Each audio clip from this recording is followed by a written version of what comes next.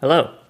This video will be a beginner guide on how to play the c3 Sicilian with white, also known as the Alapin Sicilian. So, why should you play the Alapin Sicilian? Well, the Alapin Sicilian is a great practical weapon up until probably the low 2000 ELO range. If we take a look at the Lichess database,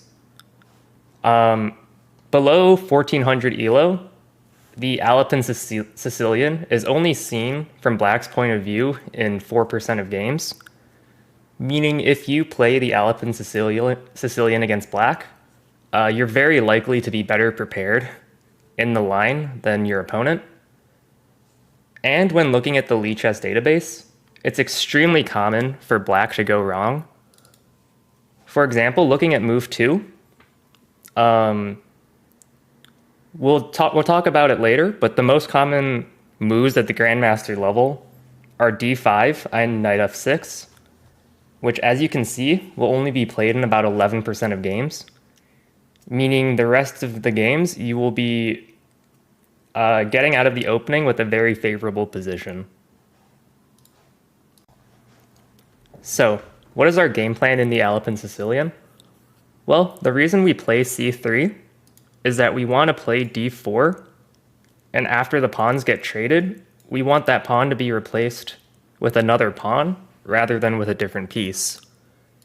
That way we can try to preserve our center and space advantage and try to play the game that way.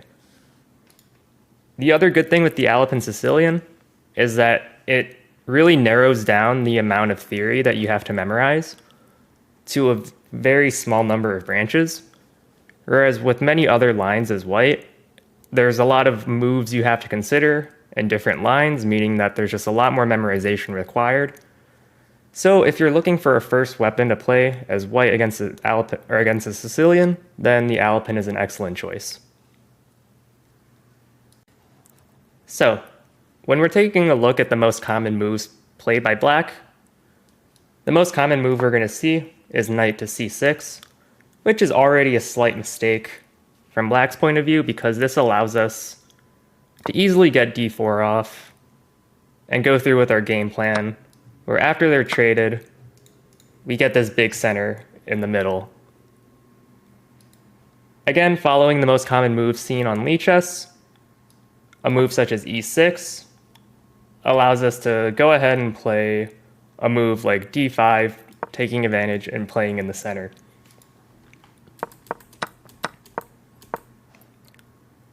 Knight c6 is seen in 40% of games online on Lichess.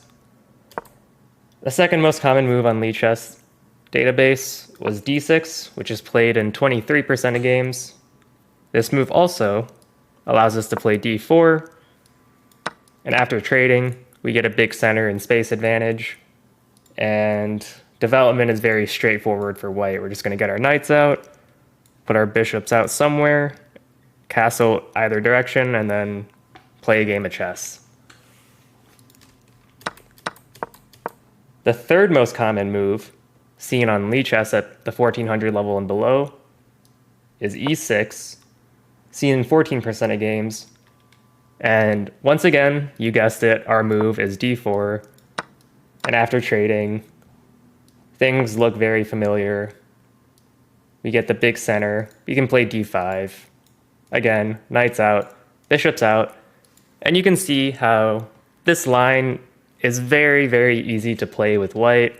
I'm not even really diving too much into specific moves because it's a very simple plan. We're going to play d4, try to trade our pawn off, and then develop as we see fit throughout the game. As mentioned before, there's only two critical lines we really have to be worried about as white, which are d5 and knight f6. These two moves, according to the Lichess database, are only going to be seen 11% of the time, but it's still worth knowing what to do against each of these if you're going to play the Alapin successfully. So first, let's take a look at d5. What we're going to do is first we're going to take the pawn. Usually they're going to take back with the queen. After that, once again, we're going to play d4. And after takes, usually the knight's going to come out to try to put more pressure. We can defend. And after the bishop tries to pin the knight, it's actually best to kind of ignore the pin and just keep developing. And even after something like takes and g takes bishop, queen takes, and knight takes, really critical move to remember would be knight to b5, which immediately threatens this fork, which could potentially win the rook. Pretty common to see castling in that position. And then you can just take, rook takes, bishop out, attacking the rook. And from here, you can keep on playing, but it's a fairly comfortable position. Things are fairly even, which is why this is one of the critical lines. So really all you have to remember, if they do play d5, take the pawn and then play d4, and then things are relatively straightforward from there. The only other critical move we have to look at, which will be pretty rarely seen anywhere under the 2000 level, is knight to f6. If you see this move, you have to remember that this pawn is attacked, so we should defend it by pushing it and attacking the knight. After knight d5, once again, the move is d4. You can see how it's pretty easy to remember these lines because it's pretty much always playing d4 within a move or two, and that's about all you really need to remember. After takes, knight c6, we have to defend our pawn, so we can defend with the knight. Say d6 comes out, develop the bishop, attacking the knight. And then the good move to remember here would be bishop b5, pinning the knight to the king. But you can probably play on from here on your own. Again, things are fairly even according to the engine, so it's, again, a very playable position. A good reason why this opening is so good is that in the worst case, if black knows all of their theory and knows what they're doing, they just end up with an equal position. It's not like you're losing at all. So, very common to get an advantage.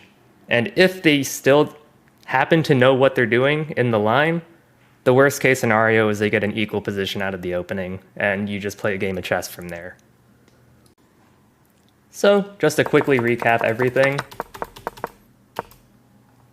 As white, if we're an e4 player, we need to prepare something against a Sicilian, which is c5.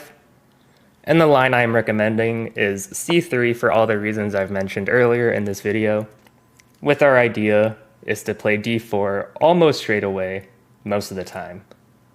Very commonly, online, at the lower elos, we're going to see black go wrong, where we get a very nice position out of the opening, with two of these pawns in the center right out of the gate, and things can potentially go wrong very, very quickly for black. The only critical lines we have to be aware of are the very immediate d5, in which case we first take the pawn and then play d4. The other critical line is knight to f6, in which case we will first play e5, attacking the knight, and then we will play d4. So it's a very simple line to get started with, which is a good reason why it's appealing at the early to intermediate levels. The only reason you would switch somewhere around 2K rated is because starting there, you're going to pretty consistently see people playing these two moves and equalizing. So then at that point, you're going to want a more ambitious line, such as possibly my favorite, the Grand Prix attack, or the mainline Open Sicilian. But those would be for another video. Let me know in the comments if you want to see any other specific openings or anything against other specific lines, and I will be happy to do so. Otherwise, I hope you have a good rest of your day, and good luck in your games. Thank you.